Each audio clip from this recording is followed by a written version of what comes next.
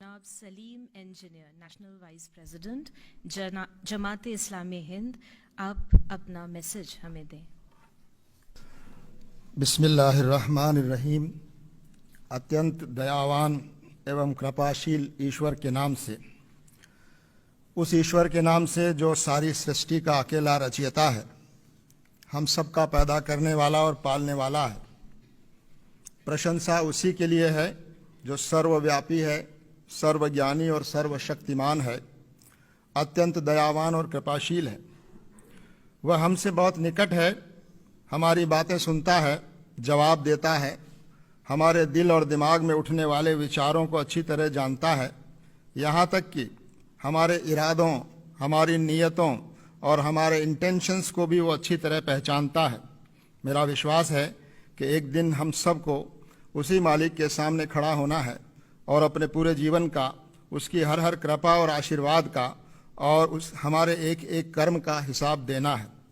ईश्वर की विशेष कृपा और शांति हो उन तमाम ईश दूतों, संदेष्टाओं और पैगंबरों पर जो ईश्वर के आगे संपूर्ण समर्पण का संदेश और मार्गदर्शन लेकर इस धरती पर भेजे गए।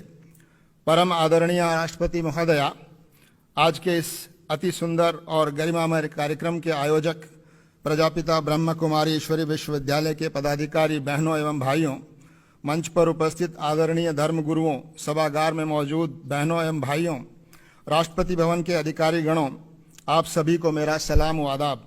आप सब पर ईश्वर की विशेष कृपा और आशीर्वाद हो। आज के सुंदर कार्यक्रम का हिस्सा बनने पर मैं अत्यंत खुशी और गर्व महसूस करते हुए ईश्वर का शुक्रिया अदा करता हूँ। इस सच्चाई को सब धर्मों और आस्थाओं के लोग स्वीकार करते हैं कि धरती पर जितने इंसान मौजूद हैं वे सब एक ही माँ बाप की संतान हैं, यानी आदम और हव्वा की संतान हैं। हम सब की रगों में एक ही माँ बाप का खून बह रहा है। ईश्वर के सभी पैगंबरों ने और अंतिम पैगंबर हज़रत मोहम्मद सल्लल्लाहु अलैहि वसल्लम ने ईश्वर के इस संदेश को आम किया कि तमाम इंसान बराबर हैं, कोई बड़ा और कोई छोटा, कोई ऊंचा और कोई नीचा नहीं है। हर इंसान की इज्जत और उसका सम्मान होना चाहिए। हर मानव की गरिमा की रक्षा की जानी चाहिए।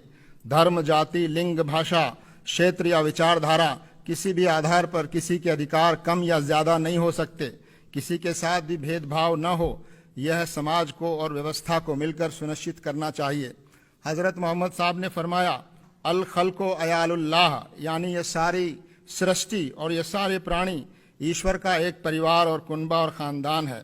इसी तरह कहा गया, वसुधैव कुटुम्बकम, यह हमारे देश की सांस्कृतिक बुनियाद को बयान करने वाला वाक्य है। मानव इस सृष्टि में ईश्वर की श्रेष्ठतम कृति है। वह इस धरती पर ईश्वर का प्रतिनिधि है। हमारा भारतीय समाज विविधताओं वाला समाज है। हमारे देश की बड़ी आबादी किसी न किसी धर्म या विचारधारा एवं जीवन व्यवस्था में विश्वास करती है। हमारे संविधान में यह सुनिश्चित किया गया है कि हर नागरिक अपनी पसंद का धर्म, आस्था या विचारधारा अपनाने के लिए पूरी तरह स्वतंत्र हो।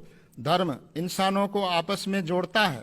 इंसानों को बांटने वाला, उनको नीचा और ऊंचा बनाने वाला धर्म हो ही नहीं सकता। समाज में घृणा, हिंसा और लोगों के बीच अविश्वास सच्चे धार्मिक लोगों की वजह से नहीं है, बल्कि धर्म का दुरुपयोग करने वाले कुछ स्वार्थी एवं समाज विरोधी लोगों की वजह से है। मैं इस्लाम धर्म में विश्वास करता हूँ और यहाँ उसका प्रतिनिधित्व कर रहा हूँ। मैं आपसे निवेदन करना चाहता हूँ कि इस्लाम शब्द का अर्थ है ईश्वर के आगे संपूर्ण समर्पण। इसका एक अर्थ शांति है, क्योंकि अपने सृष्टा के आगे समर्पण से ही इंसान के मन में और इस धरती पर न्याय और शांति की स्थापना हो सकती है।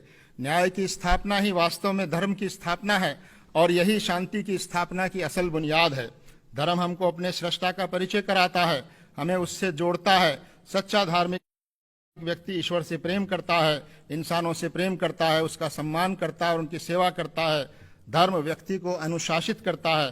धर्म हमको इस बात की शिक्षा देता है कि हम अन्याय और अत्याचार से पीड़ित और कमज़ोर लोगों, चाहे वो किसी धर्म के मानने वाले हों, उनके साथ खड़े हों, उनकी मदद और सेवा के लिए आगे आएँ, उनको समाज में सम्मान दिलाने का प्रयास करें। आज इस बात की आवश्यकता है कि विभिन्न धर्मावलंबियों में और धर्म गुरुओं में मेल जोल बढ़ना चाहिए, उनके बीच संवाद मजबूत हो। समाज में नैतिक मूल्यों को स्थापित करने के लिए हम सब धर्म गुरुओं को मिलकर प्रयास करना चाहिए।